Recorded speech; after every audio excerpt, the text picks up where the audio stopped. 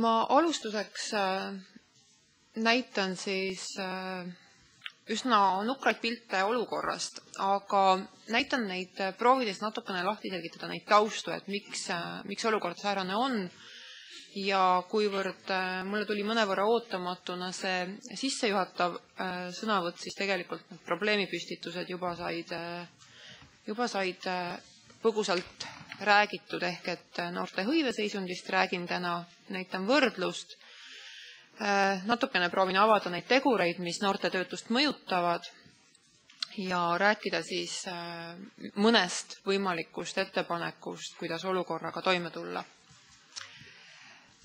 Nii nagu ka eelkõnelejad on öelnud ja ilmselt on kõigile siin olijatele üheks ajendiks tänase kohtumise korraldamisel see teadmine, et noorte tööpuudus ja tööhõive on viimase paari aasta jooksul oluliselt muutunud suunas, mis meid ei rõõmusta kindlasti kedagi, kes valdkonnaga tegelevad.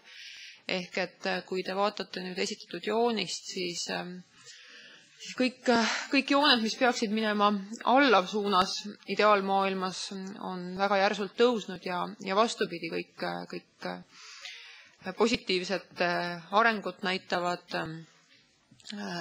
näitajad on omakorda langenud, ehk et 2007. aastast, siis 2007. aasta lõpust, 2008. aastast väga järsult on suurenenud noorte töötuse määr, ehk et siis need on noored, kes on öelnud, et nad on ilma tööta, nad ei õpi, nad sooviksid tööle asuda, aga nad ei leia sobivat tööd ja samal ajal on ka siis vähenenud noorte tööhõive määr.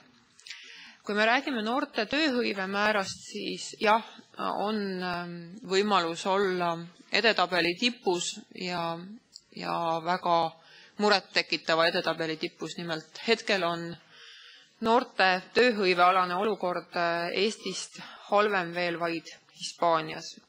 Need numbrid näitavad nüüd küll 2010. aasta esimest kvartalit, et usutavasti, kui me võtame juba teise kvartali Eesti andmed arvesse, siis väike langus on olemas.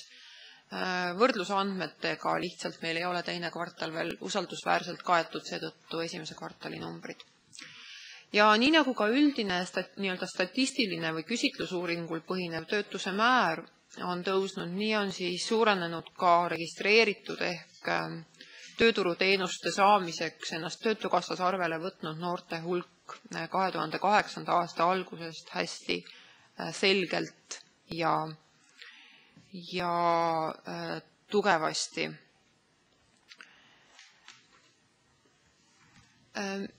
Mis veel näitab omakorda olukorda tööturul ja seda, kuidas tööturu muudatused hõivemäära osas on muutunud, peegeldab ka nüüd seesama noorte töötuse sooline jaotus. Ehk et kui te vaatate, siin on selliselt vanakooli korrektsusega sinine joon märgib noori mehi ja punane noori naisi, siis noorte meeste töötus on ilmselt väga suuresti selgitatav ka tööturu üldiste struktuursete muudatustega.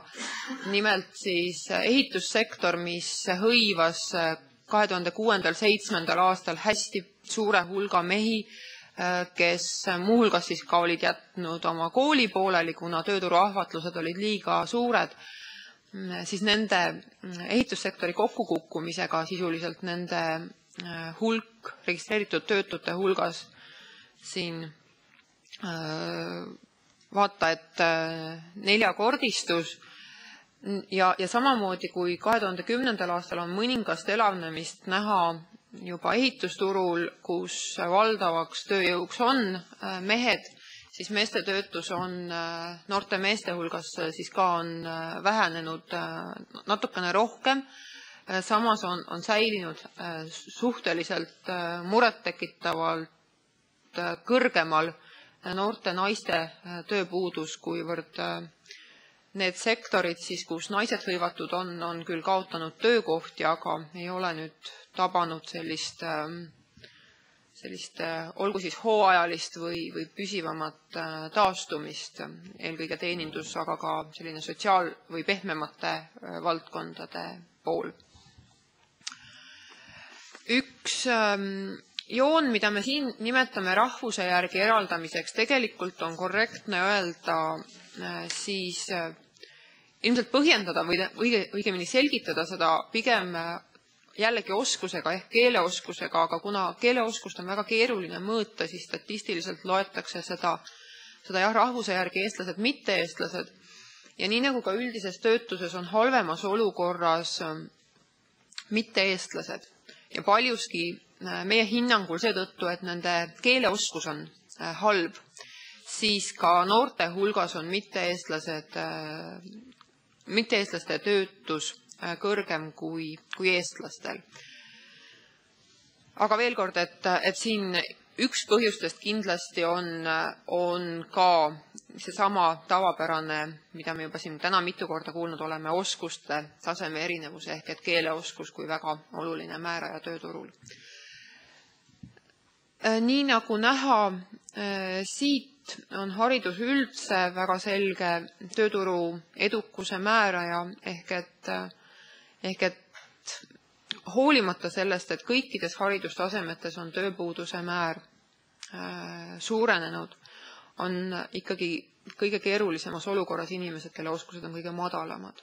Ehk siis esimese astme haridusega inimesed ehk põhiharidusega inimesed või ka teise astme haridusega inimesed, nende hulgast eelkõige need inimesed, kellel ei ole kutset või erialast haridust ehk et kes on lõpetanud keskkooli, aga ei ole omandanud mingisugust eriala selle keskkooli kõrvalt või keskkoolile lisaks.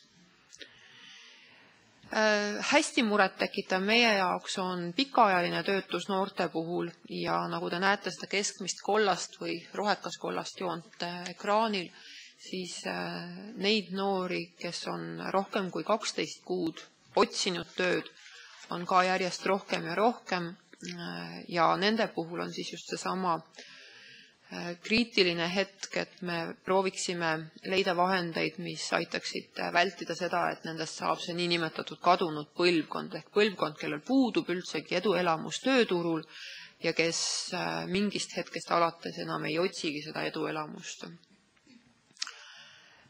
Teenuste valikust, ma usun, kolleegid Töötukassast räägivad oma praktikast täpsemalt, aga kui nüüd vaadata 2010. aastale, siis tööturuteenuste puhul oleme me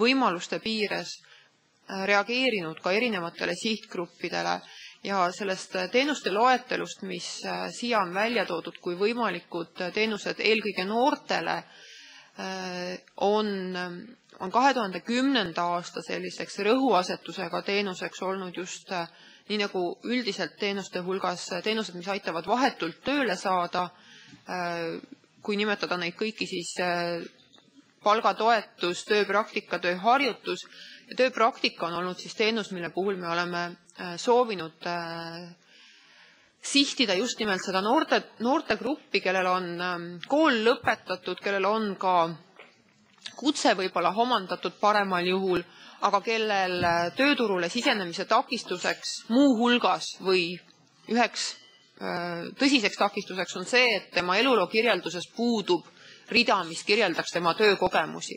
Ehk et siis tööpraktika käigus on olnud võimalik läbi riikliku tööturuteenuse siis viia kokku võimalik tulevane töötaja ehk siis tööotsija, praegune eeldatavasti noor inimene ja potentsiaalne tööandja ja tööpraktika käigus väikese riigipoolse toega siis see esimene sissejuhatav kontakt luua ja uskuda, et sellest kujuneb püsiv töösuhe. Samamoodi ka siis, nii nagu ütlesin, kõik muud otsest tööle saamist toetavad teenused, palgatoetus selle aasta, kui nii võib öelda, siis hitt-tootena ja kindlasti karjäärinõustamine, mille puhul, nii nagu ka juba haridusministeeriumi kolleegid nimetasid, on hästi oluline, et koolide või haridussüsteemi karjäärinõustamine ja tööturu karjäärinõustamine vastastikku teineteist toetaksid, et seetõttu on võimalus uskuda palju suuremat edu. Konkreetne ettevaade nüüd nii teenuste puhul kui ka siis muude tegevuste puhul. Teenuste puhul 2011. aastast rääkides, kuna me oleme tuvastanud, et hästi suur on tööturul olevate inimeste oskuste ja tööd pakkuvate ettevõtjate vajaduste erinevus, siis on 2011. aasta fookus igasugusel koolitamisel. Igasugused tööturu koolitused, olgu ta siis ümberõppe, täiendõppe, on järgmise aasta teema number 1 ja lisaks nüüd siis Töötukassa vahendusel pakutavatele koolitustele on 2011. aasta jaanuaris avanev ka avatud taotlusvoor ja jällegi otse suunatud kutseõppe läbimiseks noortele töötutele, eelkõige siis sellele kõige nõrgemale grupile ehk põhiharidusega või ka lausa põhihariduseta töötutele ja samamoodi pikaajalistele töötutele, et võimaldada neile siis kutse omandamist, et võimaldada neile seeläbi edukat sisenemist tööturule. Ja nii nagu ütlesin, jaanuaris taotlusvoor avaneb, kindlasti on hästi oluline ka, et noorteühendused seda teavet laiali viiksid, et ka haridussüsteem seda teavet laiali viiks ja aktiivselt selles taotlusvoorus osaleks. Ja need väljakutsed, et mitte siis ennast korrata, olid mu sissejuhatavas remargis nimetatud. Kindlasti on probleem tööturul ja noortega tööturul säärane, mis vajab ühist tegutsemist ja tegutsemist üsna pikas perspektiivis, et lihtsaid lahendusi praegu näib, et ei ole, seetõttu ühine panus ja noorte algatus teema käsitlemisel hästi teretulnud. Aitäh!